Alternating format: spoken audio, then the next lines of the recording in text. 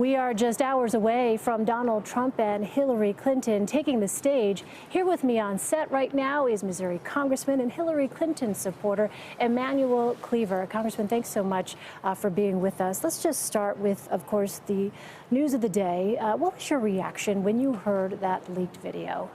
Well, I was repulsed, like many Americans, over the tape. But maybe I'm looking at it a little differently. I'm also hurt over the fact that this tape just adds to the volume of news and TV reels talking about members of government.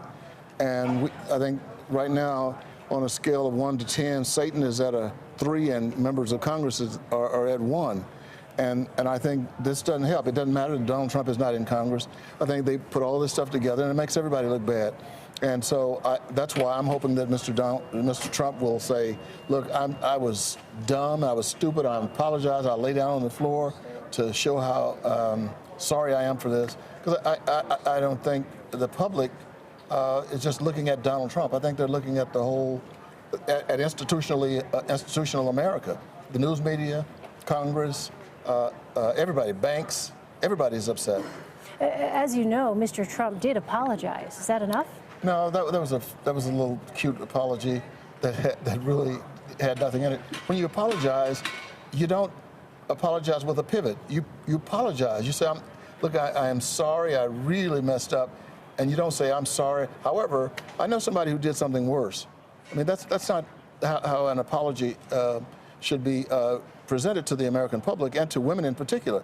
And so I think that he has to do a sincere apology, and it has to be just him. You don't have to bring anybody else in except him. You know, I got twin boys, and if one of them got in trouble, the other would always say, well, did you look at your other son? I mean, I think you do something wrong, you just stand flat-footed and do it. Donald Trump needs to rooster up and say I'm sorry to the American public and to women in particular.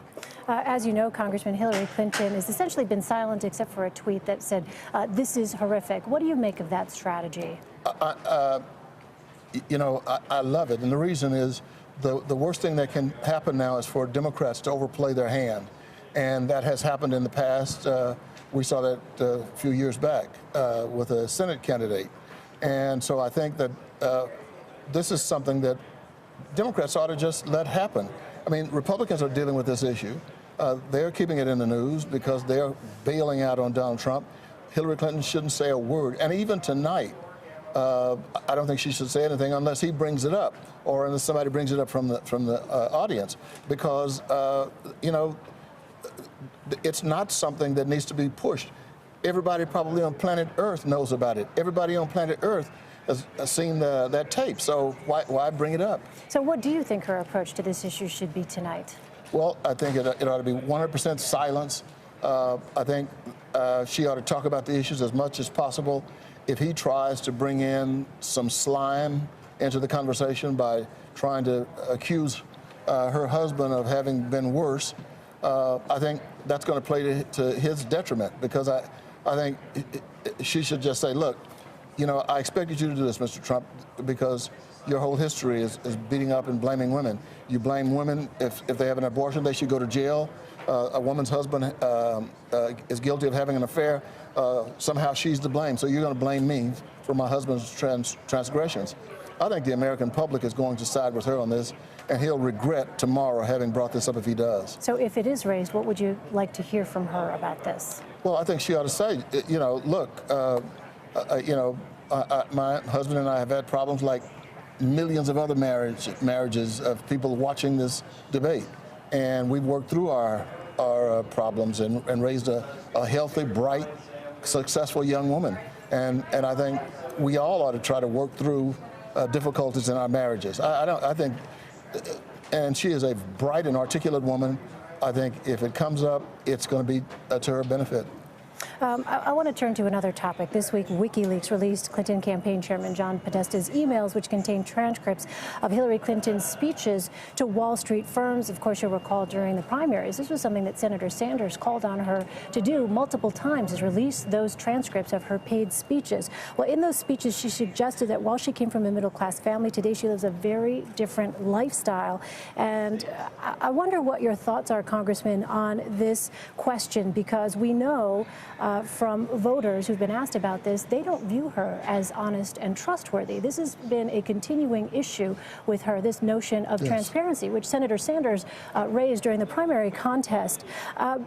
What is the argument that she can make to voters now when they see essentially a different sort of side of Hillary Clinton than they'd seen before?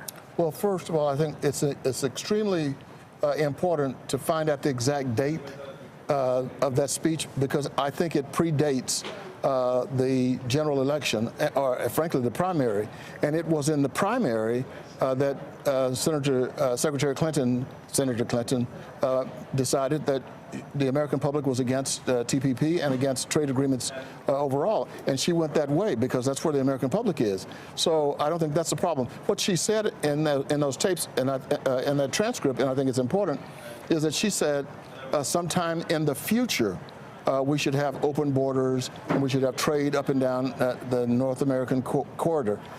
She was saying, likening it to the EU. Where you can go anywhere in the EU. You can go to France, to Germany, to England without your passport. They have open borders. And that's what she was suggesting. She did say, in the future. So, you know, it would be better if she hadn't said it, but she did.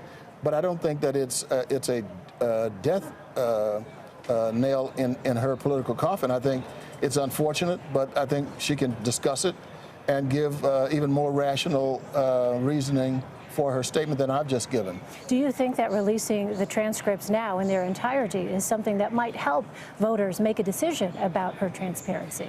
Well, you know, I think the voters already made a decision about her transparency, and what I'm thinking about now is the next 4 years when she is able to build up the trust of the American public in her. I think she will do that after she's sworn in as president.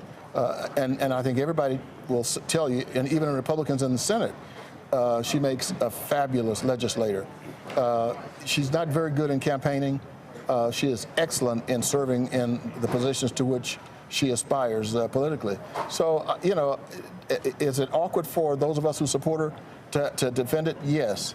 But I think equivalency is an issue here. The Donald Trump people want to bring this up in comparison to what he said in those tapes, and the equivalency is just not there. All right, Congressman Emanuel Cleaver, thank you so much for your time, Congressman. We appreciate it. Good to be with you.